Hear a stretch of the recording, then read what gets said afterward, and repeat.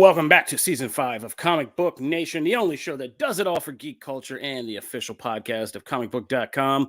I am your host, Kofi Outlaw, and today I got my regular CB Nation co-host, Connor Casey, plus the big man upstairs, he remains himself, free of the timeline and the quantum universe, the conqueror. Jim Viscardi is back with us. Let's go. Who let you out of jail? I'm excited. Hey, he's escaped. He's escaped the quantum realm. He's back in the big world doing big things, and the first stop he's making is here.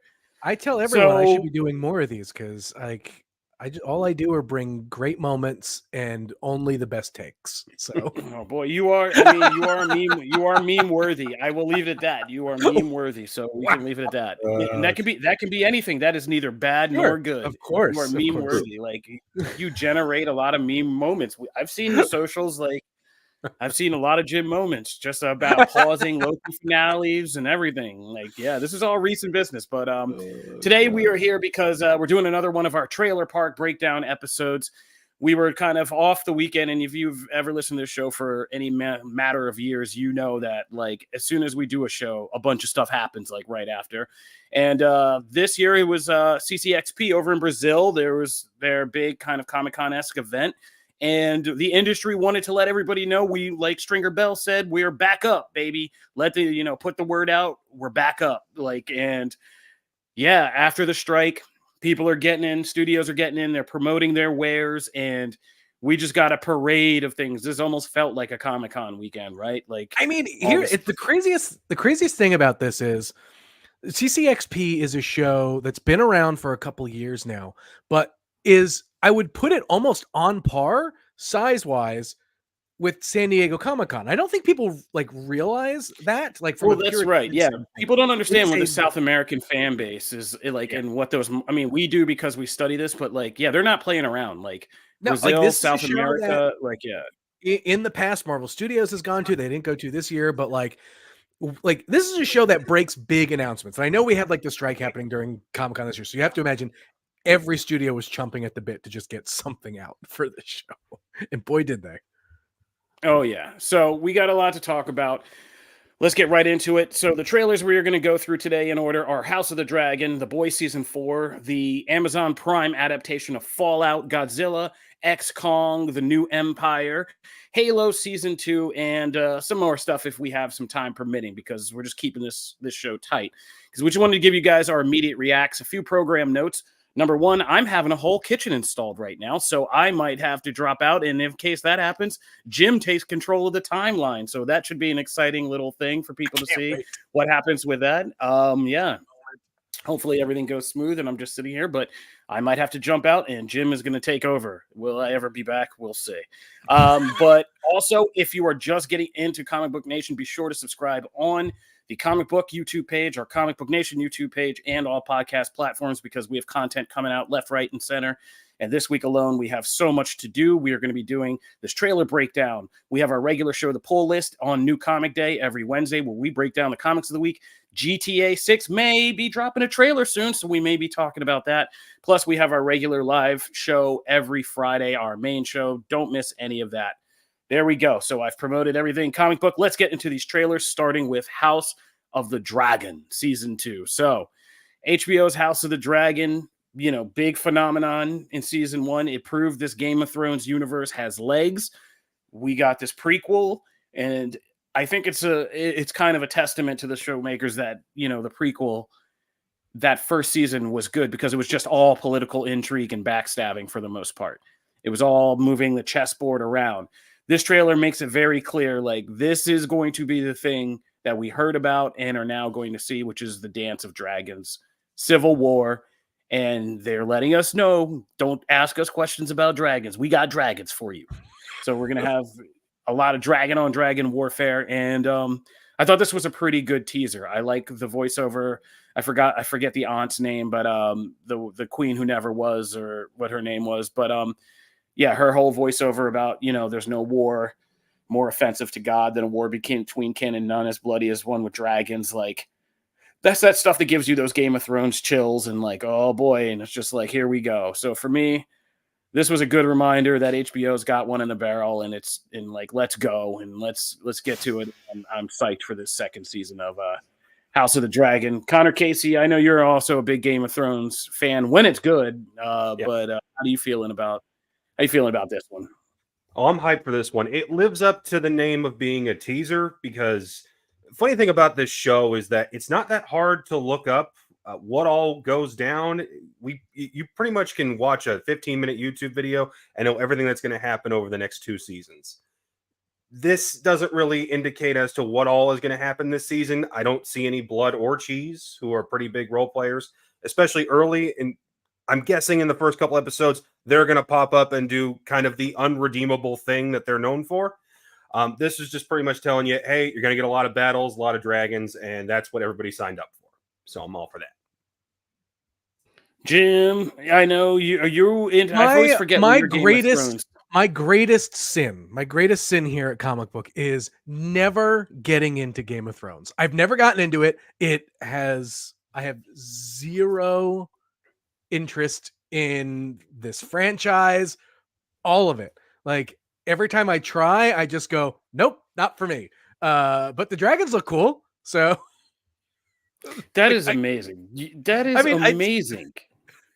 I've made it this far. No, well, I made it this far. Why start now? The thing is, now is a good time to hop on to just this show because what is it? The old show is so infamous for one very particular reason, and it's why it's hard for me to recommend it to anybody now because it's like, yeah, it ends like a train wreck, but first 6 seasons are good. That's a hard recommendation. I will say the thing I think I saw Kofi's brain explode the most is I actually watched like the last 2 episodes of Game of Thrones, and I actually quite enjoyed them. And Kofi was like, I don't understand. Yeah, it was go back to the first season of this show and in 5 long years ago when some of the Jim's opinions about Game of Thrones are hilarious. He was just like, I know. He's like, I just dipped in for the end of this party and it seemed pretty good. And everybody else is like, what? Like, yeah, it's hilarious, man. It's pretty crazy. But I understand the appeal. Like I said, it is just not my thing, but looks great. What about this next thing? We can move on. I think we're psyched, and everybody who's in is. I mean, this is a pretty straightforward season of Game of Thrones. It's the red or the greens versus the blacks, and it's going to get. And as Connor said, it's going to get gnarly. So I'm psyched for it. Let's talk about this next thing. I think we can all get on board for is The Boys season 4. So season 4 of The Boys is coming. We got this after this kind of another thing where they firmly established that this universe can exist. We got Gen V, which turned out to be, I don't think, a dark horse hit for most of us, that we all were like, oh, The Boys in college. Okay. And then it turned out to be really good. It added to the lore. It expanded the world of this in a way that's making this, that also adds to this upcoming season of The Boys in some unexpected ways. So I'm really high on this series right now. I think it's really kind of hitting its peak stride, and this was a good teaser. Again, it had the right kind of voiceover. It was very HBO-ish. It had like the right kind of voiceover. It was more serious than I think I've felt like a Boys season trailer is generally. It felt like a little bit more scary stakes, like dramatic stakes, whereas usually it's just like balls to the wall. Just, hey, remember how crazy our show is? Remember how raucous and nasty our show is? This one seems like it was a little bit more serious. And like I said, a little bit more HBO-ish, which I kind of dig. I mean, I love The Boys for the shock and awe and all of that. I just got a text last night from a friend who was watching Gen V.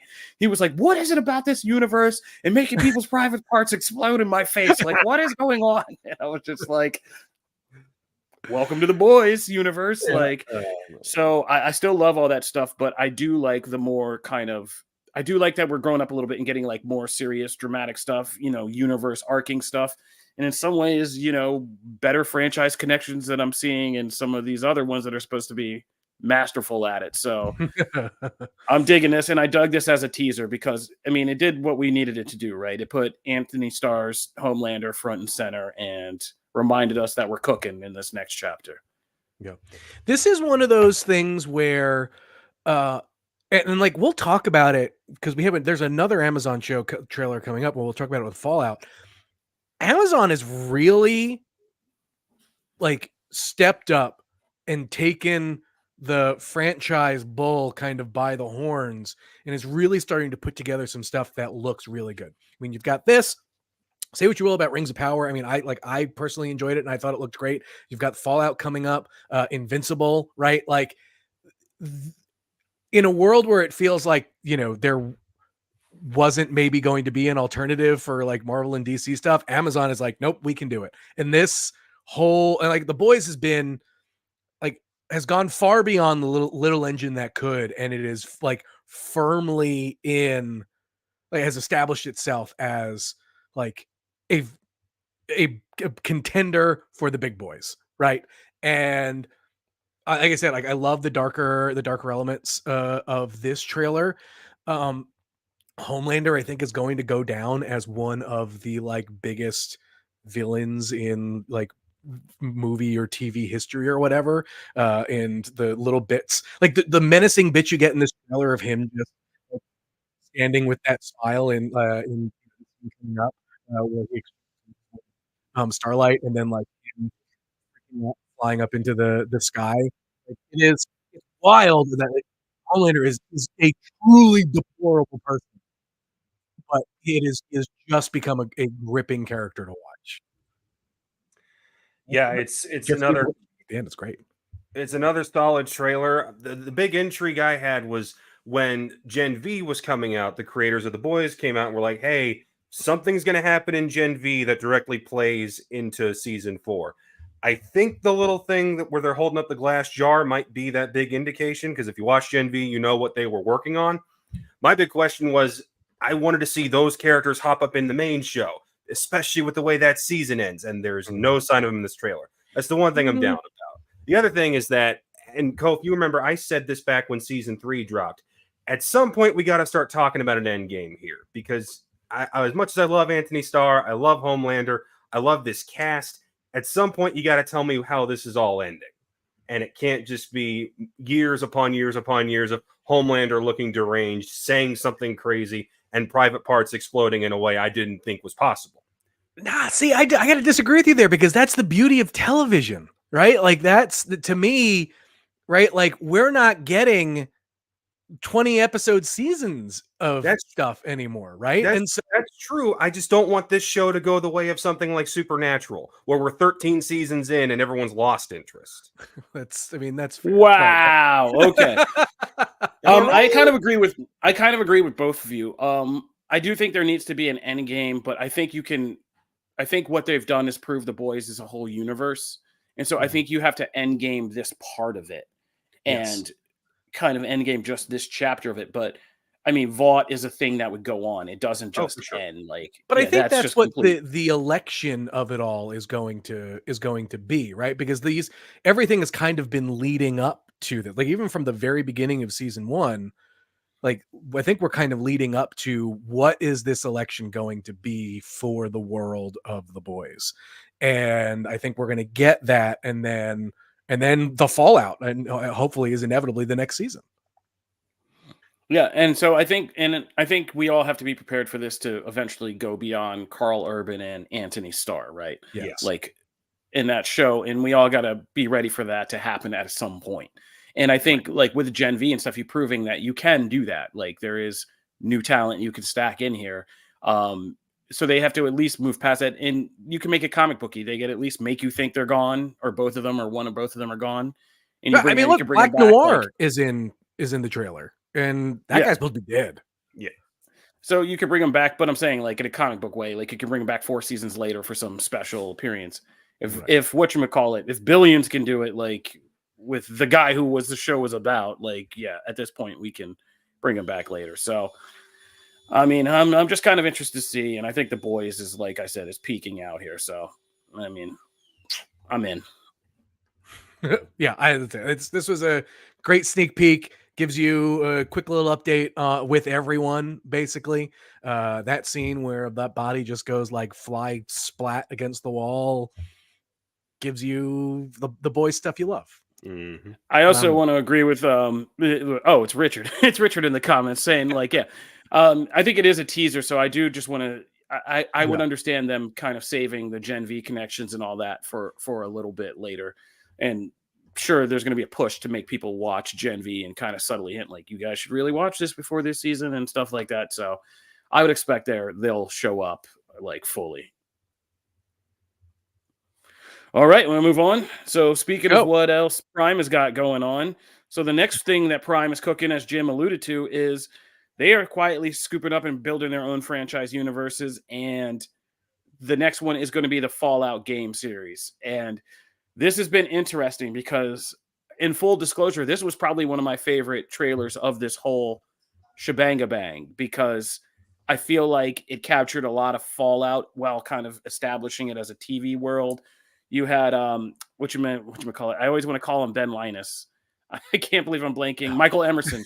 You had Michael Emerson as giving you those Ben Linus creep vibes again, like as the guy surviving on top. And again, the right kind of voiceover. This is very HBO-ish. I mean, it's Jonathan Nolan, who's just like, yeah, I got the Westworld formula. So he's just like cutting another one of those like trailers. But it made me interested in the world of Fallout. And I never got too deep in the games. So like I never was too deep in the games, but this made me already interested in the world. It looks dystopian enough in a familiar way, but also kind of bugged out. No pun intended, but bugged out and kind of crazy in a way that seems novel and new to me. And I know the rich history of the games, at least until people are already putting out these hate videos. I went diving into the internet about this, and I should have never done that. Gaming YouTube is different. Gaming YouTube is so different. Yeah. Fallout fans are never satisfied. You cannot make them happy. Like, yeah, one of the most popular ones is this has been ruined. They were like, hey, they've ruined it. And I was like, this is a teaser, sir. Calm down. Like, yeah, and then somebody were living out. Apparently, there's Fallout 4 trauma. I don't know. I'm not involved in all of that. I'm just saying this has made me interested in this world already, and I'm kind of really excited to kind of jump in this. So Prime's done it again, and it looks great. It looks HBO-ish. So it looks phenomenal. Like I like the other thing, right? Like we don't really get, outside of, I guess, Rings of Power, we don't really get like the production budget numbers here, but like. Look, we just went through a really weird time with those Disney Plus Marvel shows, and this looks better than every single one of them. I don't know if it costs more, and we know Rings of Power does. Those are like, friggin' a bazillion dollars per episode, but this looks freaking good. Like I said, I'm like a Fallout novice, and so I understand the premise of the world. It's always been interesting to me that type of gameplay has just never like been my thing, but I love the idea of the world. It's very like BioShocky, very kind of, dystopian, but stuck in time dystopian, which I kind of like.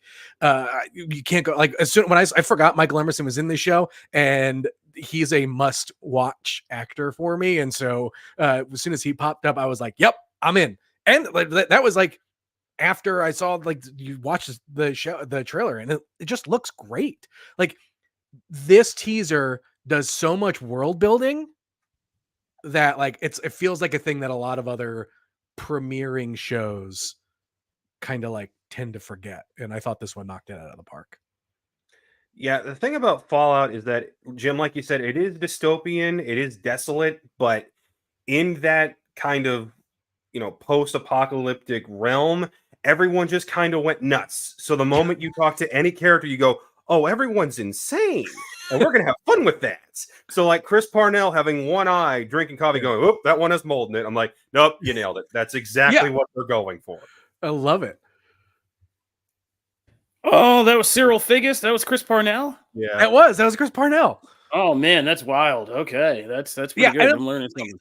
The production, just like the set production and design here, the costumes, like it all, like it looks like they spent money on this, and like it for that, like look, the Walter Goggins like Red Skull looking dude, like I'm in. You really don't have to sell me any more on this. There's already so many actors and elements and things. Like, this trailer is infinitely more interesting than the House of the Dragon one. Yeah, Prime, that's crazy. Prime's doing it. I don't. Yeah, they've already hooked me twice now for next year, right? Like, and Invincible seasons are coming. Yes. Like we have the second batch of episodes. The important thing, yes. Wow, Prime Video is I'm gonna be cooking on Prime Video a lot next year. Prime Video is they're putting together a phenomenal roster. Refrigerator. Kofi, you didn't. You missed what I said. I basically said this trailer looks way better than the House of the Dragons trailer. And I went Oh, because I said, let's not get crazy. Jim. I mean, it does. Right. All right. Moving right along. Let's get to the big screen and talk about the two biggest boys on the big screen, Godzilla and Kong. So we just did, if you missed it, our live show last week, we did Godzilla -1, the Toho Godzilla movie that's out in theaters. Which I still can't believe you did not like. I liked the Godzilla scary elements, but the throwback 1950s wartime, post-war drama stuff, I was just like, I snored several times. I'm sorry, guys. I'm sorry. It happens. But, you know, we're back to the Monsterverse. I am enjoying Legacy of Monsters for what it is on Apple TV. So I like seeing Kurt and Wyatt Russell do like a Freaky Friday playing, you know, the same character. But this is the next chapter, and I don't know, man. I don't know. Well, I'm just gonna say it. I don't know about this one. Like, it feels like this in the Planet of the Apes movie makes me feel like I'm living back through the 80s again, where those like hit 70s movies started to get into the crazy franchise chapters where you're like chuds are under the, you know, all this crazy stuff is happening. Like, I feel like we're getting there again because these were great comeback franchises in the 2010s, and now we're going too far out there with them. I don't know though, because now I guess the evil ones are orangutans. They're just one. I think it's one evil orangutan. It looks like he's got an army though.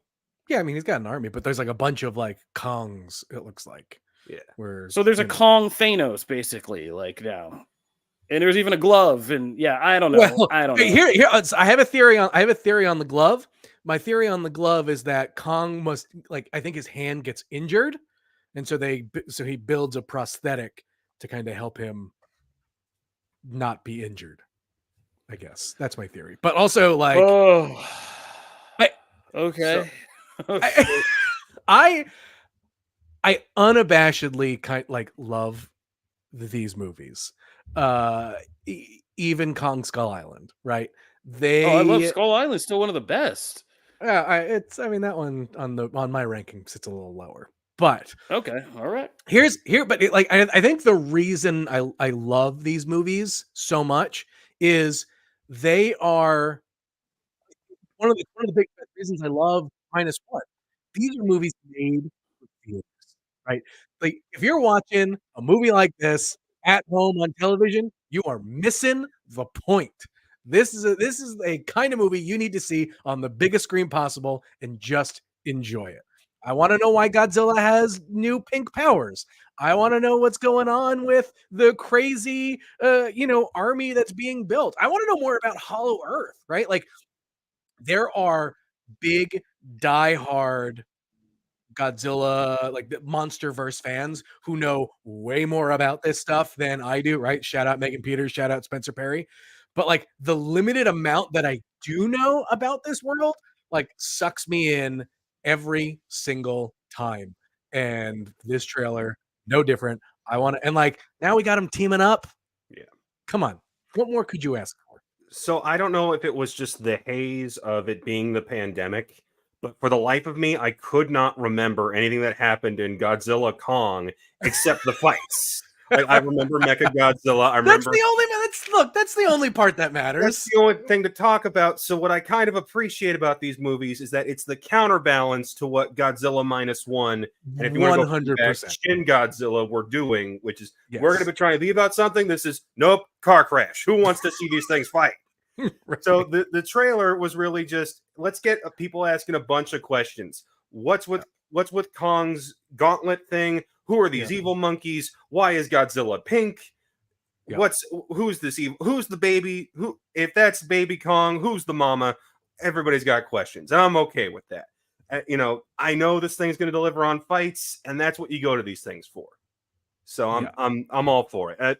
The one thing I was a little thrown off by was like some of the human cast from the last movie is back, and I had to go back and check. Like, did Millie Bobby Brown die? Did Skarsgård die? Nope, they're just not in it.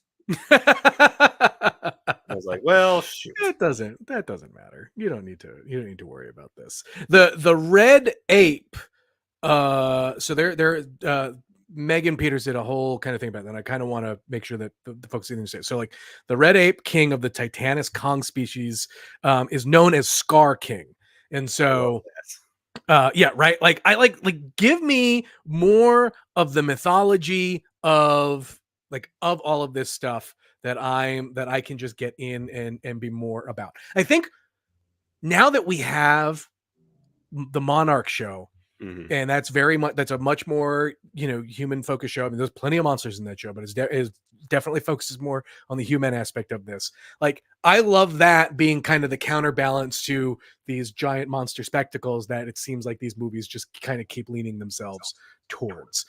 Now, here the part that I get a little bit anxious about is you see, like, there's that shot of Godzilla and Kong running kind of at you, and I don't want my Godzilla all of a sudden, becoming a Fortnite skin and is just like running and jumping and hurdling over stuff. Like, I need big chunk, just like barreling through wherever, and like letting his mask kind of be it.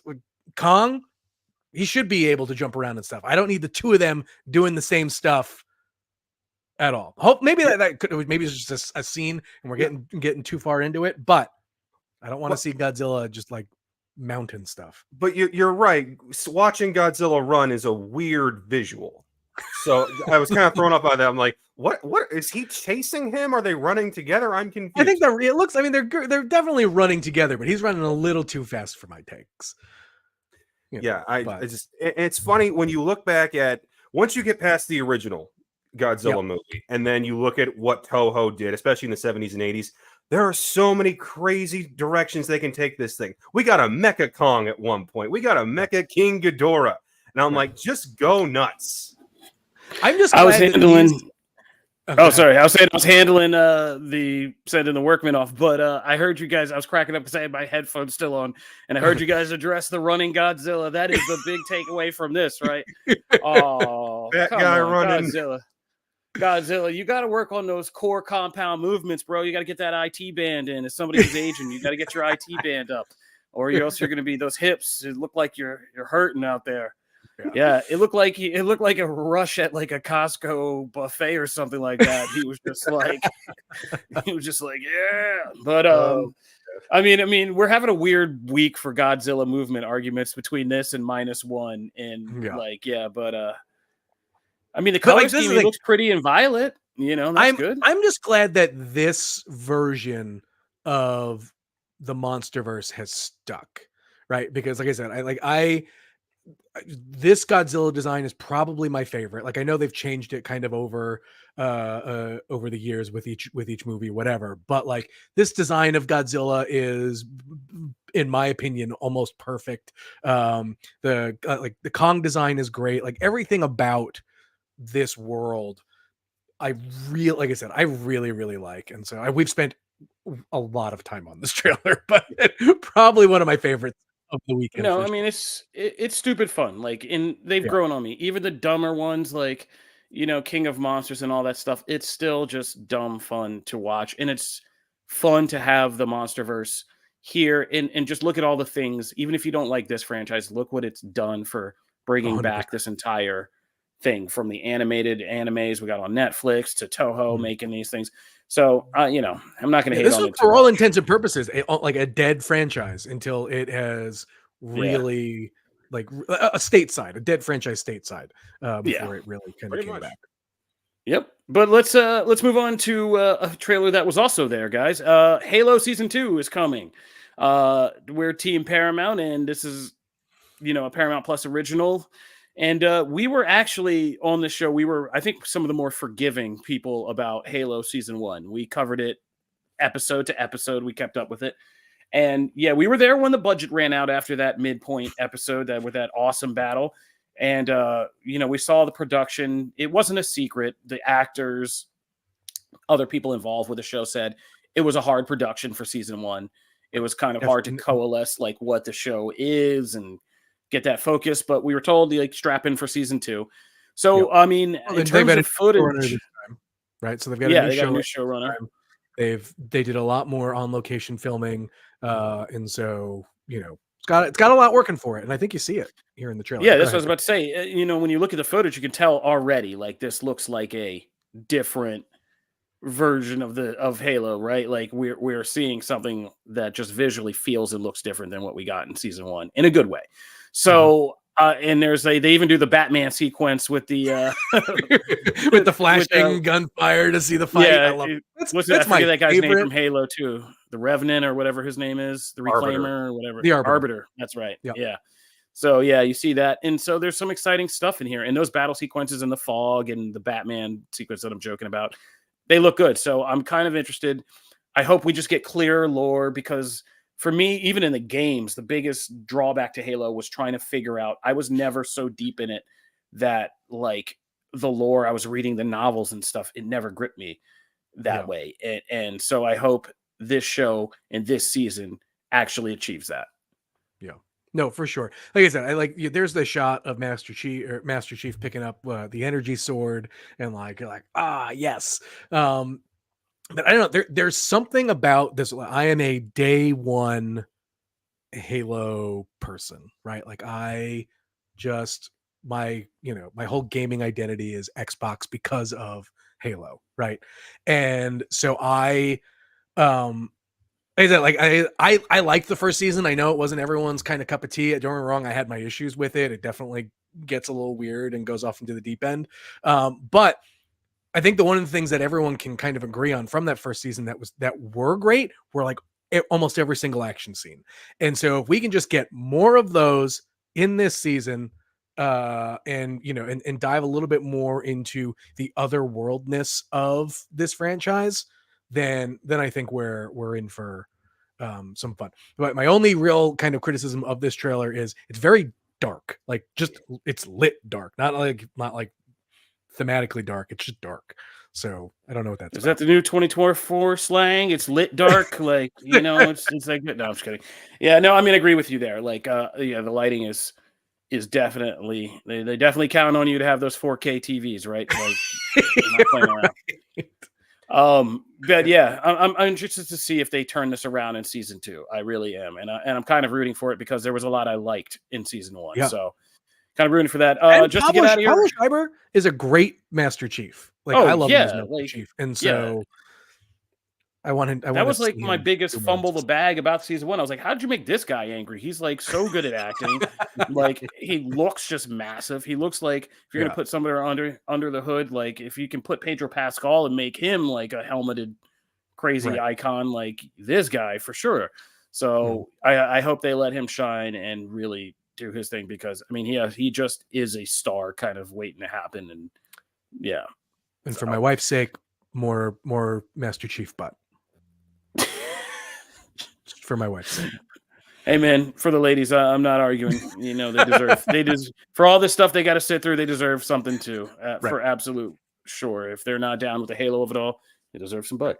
And we also are repping Sexy Joker recently in anime form. So ladies are not playing around. Ladies are not playing around in 2024. They want their content. So before we get out of here, we have a little extra time. So I just wanted to get. I just had time. We went over it on our regular show because we had an instant reaction. But I've been taking the weekend and looking at the online debate. But I still like that Furiosa trailer, a Mad Max saga. Like some people were kind of heavy on it, but I am in. This is still George Miller, and people are saying why a prequel to this. And I actually think that seeing how Furiosa climbed the ladder to become like the ultimate war rig, like queen, is a story worth telling, because it's going to be nuts. Like you don't get that position, like, easily. Like you got to do some stuff to get there. And like I said, the first Mad Max Fury Road did a great job of giving us these brush strokes, so that when she goes down and like is screaming in the sand and because her home is gone, like, that's about like some longer, deeper thing. Right. And now we can get to see some of that. So I'm still in, and this trailer was good. I like it. And I think Chris Hemsworth looks like he's about to eat for the first time in a long time. I'd love to see him and take up some more villain roles. Cause like this seems like just a taste of what we're going to get. I feel like Hemsworth would be what I think Hemsworth would be? I think Hemsworth would be a great Bond villain. where like I think feels like a little bit of a dark horse kind of thing for him, but like I think he could pull it off. My only concern or like thing I maybe I'm just not seeing it right. There are parts of this where Anya Taylor-Joy's face looks almost completely CGI, and I can't tell if like that's just the look and the makeup of the world, or like if that's actually a CGI model of her in certain instances. And like, look, I love George Miller. I trust George Miller to not like, let CGI-ness kind of overtake his film. But there were just some parts of that trailer where I was just like, what was that? Almost all CGI, but whatever. That was my only. To combat that, Jim, if you go back and watch those original Like Fury this moment Road right trailers, here.